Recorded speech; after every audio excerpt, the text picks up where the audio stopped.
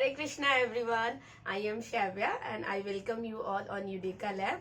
और ये continuation video है, just like my other videos, एक दूसरे से कनेक्टेड होता है, इसलिए आप इसको सीक्वेंस में ही देखेंगे। पहले आप पुराने वीडियोस देखेंगे, फिर इस वीडियो को देखेंगे। बट ऐसा नहीं है, गुस्सा होके नहीं जाएंगे, आप इस वीडियो को भी देख सकते हैं इंडिविजुअली। बट अगर आप पुराने वीडियोस देखेंगे तो ज्यादा अच्छे से कनेक्ट कर पाएंगे। वैसे तो आप इस लेक्चर को भी बहुत अच्छे से समझेंगे, मुझे पता है। तो इसमें मैंने मुगल पीरियड के टाइम का जो एडमिनिस्ट्रेशन सिस्टम होता है, मतलब एडमिनिस्ट्रेशन मतलब विभाग कह सकते हैं कि विभाग या डिपार्टमेंट काम कैसे करता था, या उन लोगों ने क्या क्या डिपार्टमेंट्स लाए थे अपने रेवेन्यू कलेक्शन के लिए, मिलिट्री के लिए। तो उन सब चीजों के बारे में देखेंगे।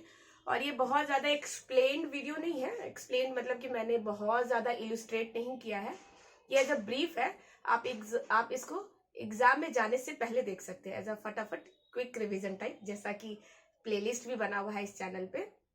और एक बार कि टेलीग्राम चैनल भी है, और इस टेलीग्राम चैनल पे मेरे हैंड रिटन नोट्स हैं, मैंने खुद से बनाए हैं, तो आप उसको भी देख सकते हैं। डिस्क्रिप्शन में लिंक डला हुआ है टेलीग्राम का, वहां जाके आप उसको चेकआउट कर सकते हैं, प्रिंट आउट लेके पढ़ भी सकते हैं उसको, आपकी जैसी इच्छा। तो देख लेते हैं। तो एडमिनिस्ट्रेशन जो मुगल टाइम का था वो क्या था, सेंट्रल था। ठीक है, सेंट्रल मतलब जानते हैं ना, केंद्रित होता है। जैसे कि हर एक डिपार्टमेंट क्या होता है, उसको रिपोर्ट करता है, तो वो हो जाता है सेंट्रल डिपार्टमेंट। और डिसेंट्रलाइजेशन बिल्कुल अपोजिट होता है। डिसेंट्रलाइजेशन का मतलब हर चीज अलग अलग है, इंडिपेंडेंट है, कोई किसी से कनेक्टेड नहीं है, लोग अपना खुद का डिसीजन ले सकता है। बट सेंट्रलाइज में क्या होता है कि आपको रिपोर्ट करना ही पड़ेगा, एक सेंट्रल पे एक सेंटर में। मोटा मोटी आप समझ सकते हैं इस चीज को। तो बाबर के टाइम का देखते हैं। पता नहीं, बाबर बोलने से पहले मेरे मन में बारबर आ जाता है, वो जो नाइनी होता है। ऐसे मैं किसी का डिसरिस्पेक्ट नहीं कर रही, बट होता है ना, ये इतना मिलता जुलता वर्ड है, बाबर बारबर, इसलिए। तो बाबर से स्टार्ट करते हैं, बिकॉज क्या है, बाबर से ही स्टार्ट हुआ है मुगल पीरियड। तो बाबर में ऐसा कोई सेंट्रलाइज्ड फॉर्म या ऐसा कोई इंपॉर्टेंट नहीं था, इसलिए मैंने यहाँ पे क्रॉस कर दिया है, आप देख सकते हैं क्रॉस है, मतलब this is not very important, इसलिए मैंने यहाँ पे क्रॉस किया है। हुमायूं, और मैंने इसलिए लिखा है बाबर को बिकॉज एक सीक्वेंस में है मुगल पीरियड, तो आप उसको पढ़ेंगे तो अच्छे से कनेक्ट कर पाएंगे। अगर मैं बाबर नहीं लिखती तो क्या होता, आपको समझ में नहीं आता कि हाँ अकबर पहले आए, बाबर कब आए। इसलिए मैंने पूरा सीक्वेंस में लिख दिया है ताकि आप कनेक्ट कर पाए। बाबर में ऐसा कुछ नहीं है, क्रॉस है। हुमायूं में भी ऐसा कुछ नहीं है, इसलिए क्रॉस है।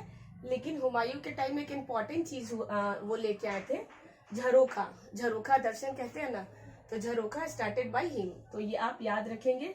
शेरशाह सूरी, तो ये जब्ती मतलब जब्त कर लेना, कि तुम हमको दोगे कि नहीं दोगे, नहीं तो हम जब्त कर लेंगे।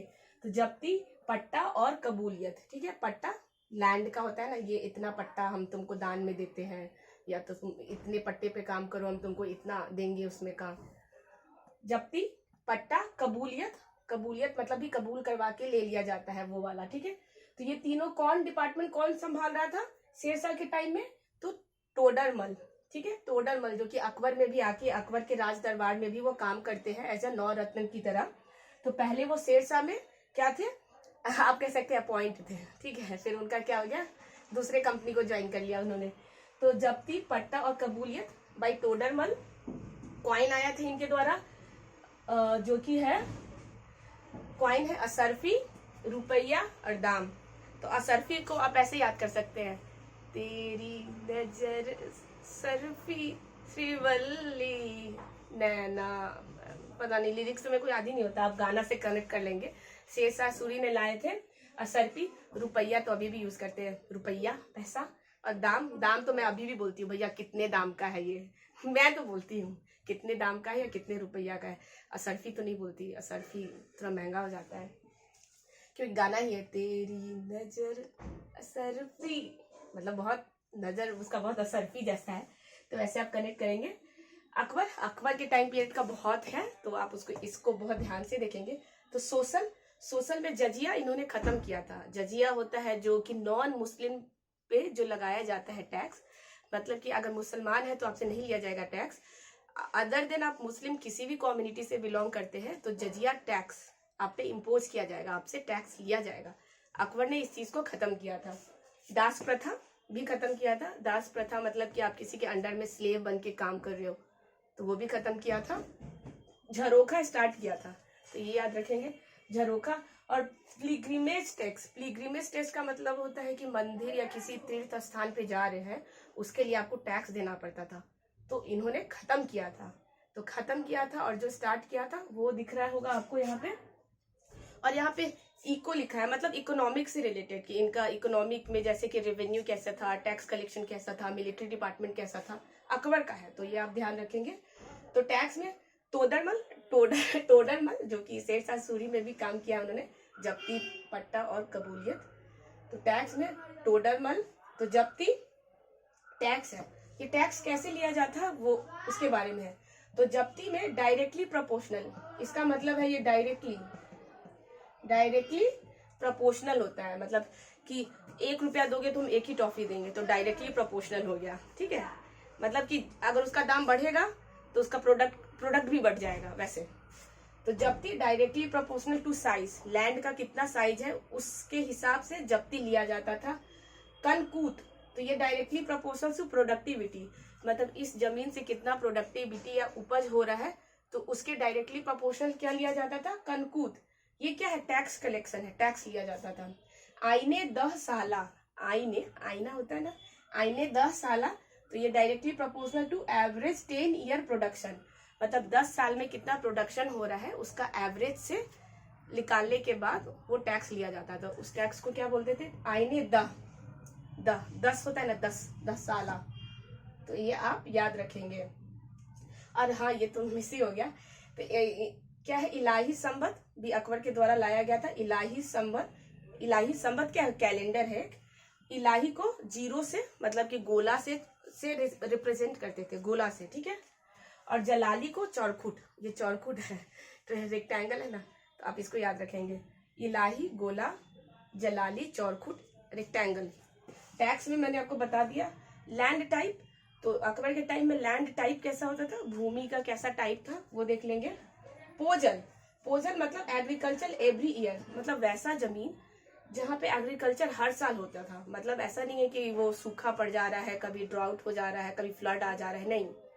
मतलब पोजल मतलब जल है ना, पोजल मतलब हमेशा उसमें जल रहता ही है, वेरी उपजाऊ जो है, वेरी प्रोडक्टिव लैंड, तो वैसे आप कह सकते हैं पोजल। एग्रीकल्चर एवरी ईयर, मतलब हर साल उसमें से एग्रीकल्चर प्रोडक्टिविटी होता है। पड़ती, गैप 1 ईयर, मतलब हर एक साल के गैपिंग पे वहां पे प्रोडक्शन होता है, वो जमीन उपजाऊ होता है हर 1 साल के बाद। चच्चर, हर 4 साल के गैप के बाद। और बजर या बंजर कह सकते हैं, तो नो एग्रीकल्चर, इस लैंड में क्या होता था, किसी भी टाइप का एग्रीकल्चर नहीं होता था, ठीक है।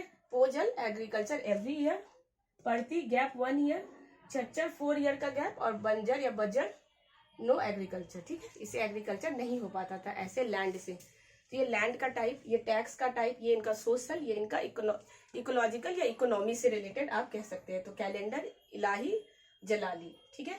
और ये हो गया आपका बाबर का, ऐसा कुछ इंपॉर्टेंट नहीं था। हुमायूं, झरोखा स्टार्ट किया था। शेरशाह सूरी, जब्ती, पट्टा और कबूलियत। क्वाइन में रुपया, असरफी और दाम, ठीक है।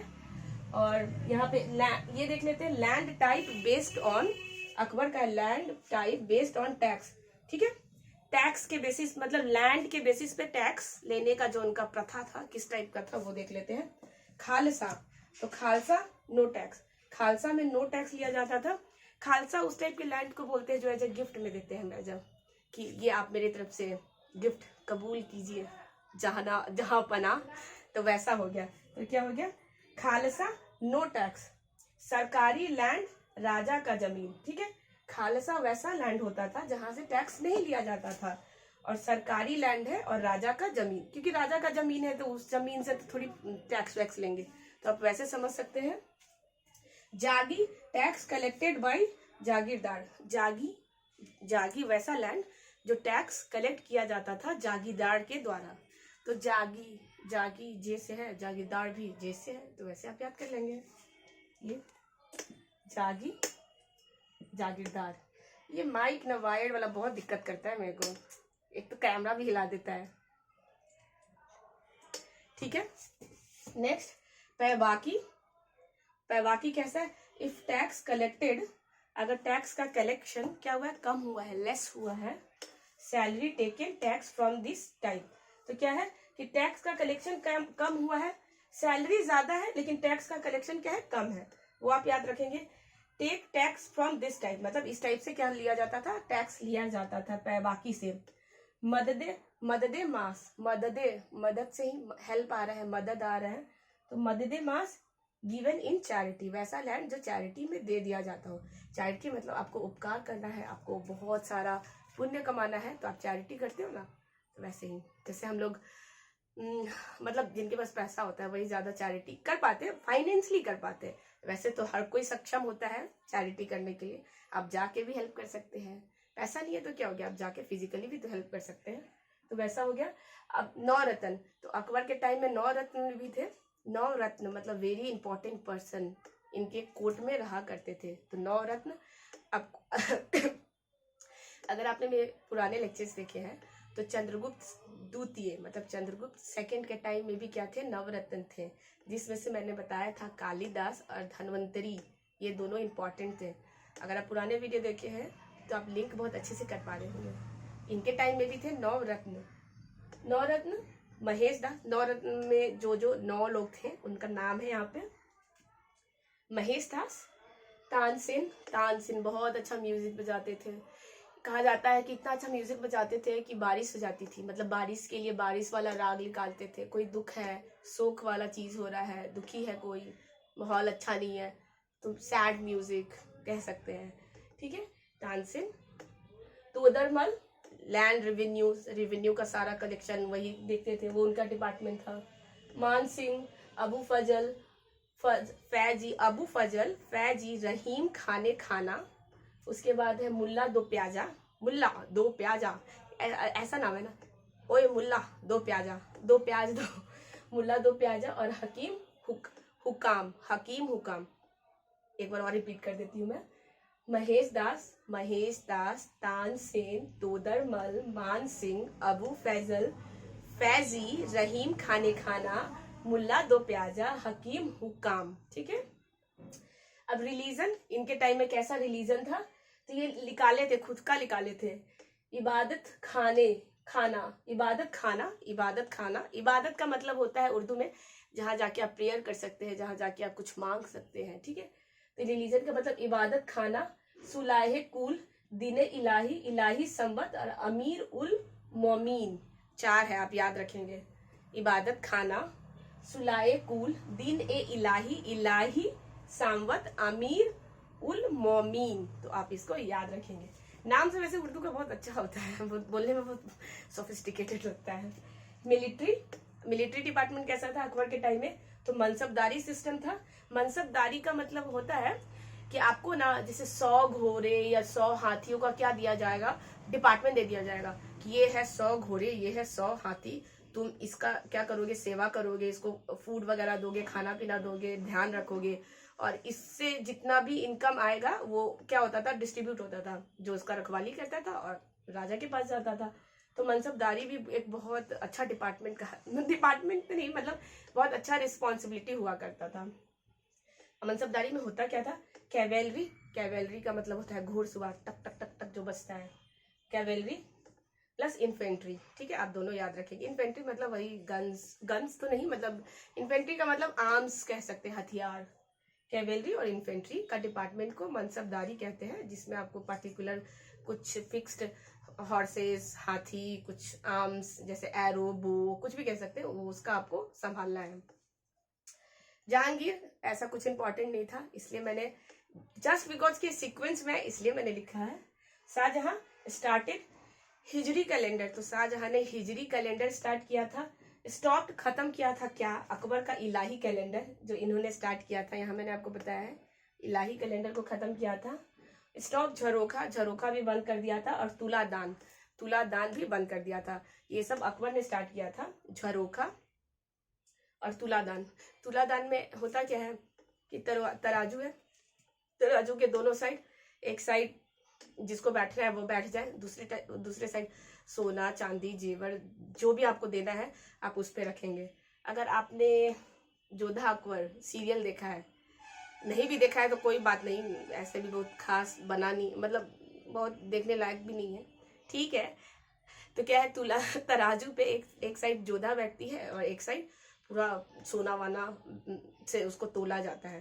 तो वही तुला दान, मतलब आप जितने वजन के हो उतना वजन सोना चांदी जेवरात को मेजर किया जाएगा, फिर आपको प्रजा में बांटा जाएगा।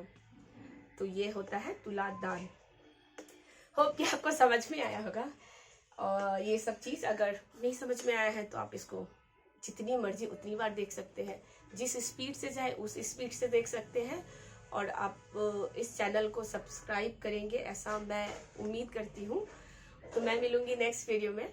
टिल देन आप अपना और अपनों का ख्याल रखेंगे। Thank you.